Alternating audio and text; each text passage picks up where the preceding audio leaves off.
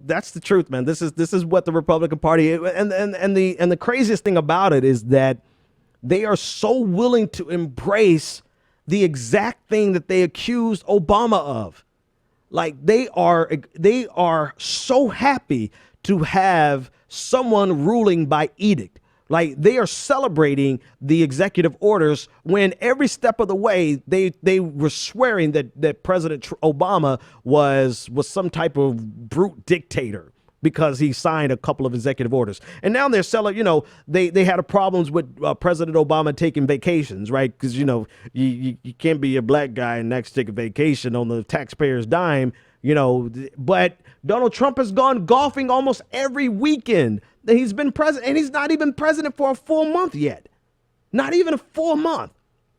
But that's okay.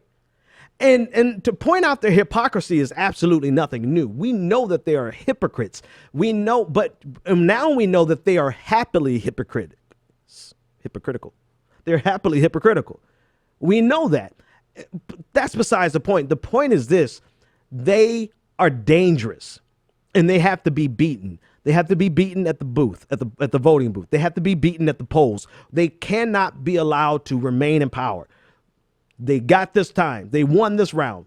Great, fine. It is what it is. We have to push back against them and not allow ourselves to fight an asymmetrical battle with them, where they are free to be hypocrites. They are free to use lies. They're free to use propaganda. They're free to use fear mongering. They're free to use dog whistles, racist dog whistles. They're free to be abusive in their speech and their jargon. They're free to get on the platforms and out transgender students at a school, or to out illegal immigrants or undocumented workers. They're free to do all those things. And yet when we push back with any fervor or any oomph, all of a sudden we tie our hands behind the back and say, oh no, we can't do that, because if we fight back like that, then we'll become the monster. Meanwhile, the monster is in complete control of the state houses across the country, the state senates across the country, the governor seats across the country, the White House, the Senate, the House of Representatives, and soon to be the Supreme Court. We cannot. This is not about.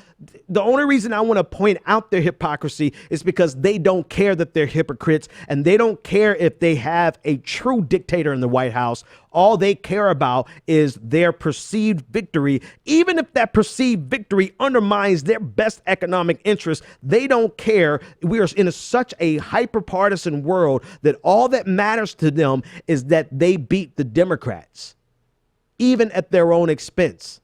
Even if Obamacare is overturned and tens of thousands of people die every year, including people who voted for Donald Trump so that he could overturn Obamacare or repeal Obamacare. They have a sickness, and they are not qualified to lead this country. In no uncertain terms, look at Donald Trump this weekend in Mar-a-Lago. This man has lost his mind, if he ever had one. And he's bringing down not only the character and the dignity and the stature of the office of the presidency, if anyone even cares about that. He's not only bringing that down, but he's exposing America to unique dangers. I mean, you had people taking pictures with their cell phones of conversations that Donald Trump was having with regard to North Korea. You have people taking pictures and naming by name the individual who carries the nuclear football behind the president every day, all day long. Not only taking pictures, but posting it on Facebook. So now we know that the guy, if he's still there, I hope he's not. I hope he's been replaced and sent somewhere else to do something else. That's a great honor for him, because it's, but we know his name is Rick. He's a young black guy. Looks like he's about in his 30s. He looks like he's about 6'3", 6'2", maybe. Looks, good looking young dude. Just looks like a regular kid carrying the nuclear football all over social media. So not only is Donald Trump devaluing the office of the presidency, he is endangering America because he is an uncouth buffoon. And it's gonna be a long 4 years, but I know that whoever primaries him from the Republican Party, which they should, and whoever runs against him from the Democratic Party, all they're going to have to do by then, if America's still standing, is say, we want to bring dignity back to the White House. That's your entire campaign. We want to bring dignity back to the White House, because we're tired of that shit now. But by 4 years from now, how tired will America be of this deranged, unhinged, narcissistic man baby, bitch baby Donald Trump ranting on Twitter about all of his beefs with the media, sending out his propagandists, his ministers of truth to push and peddle lies, carrying out their beef, their individual beef with individual reporters and news outlets nationally, making it a national issue, all the while embarrassing America in front of foreign heads of state.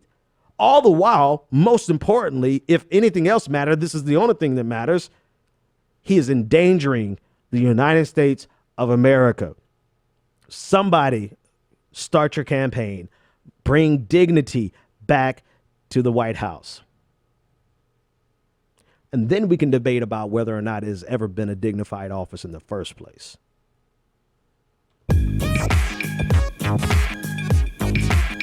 The Benjamin Dixon Show is only possible with listener support.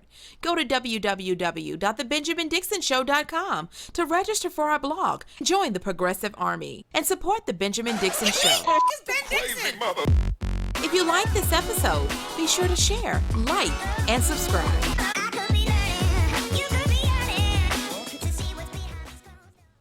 Consider becoming a Patreon. Go to www.patreon.com/The BPD Show and support The Benjamin Dixon Show.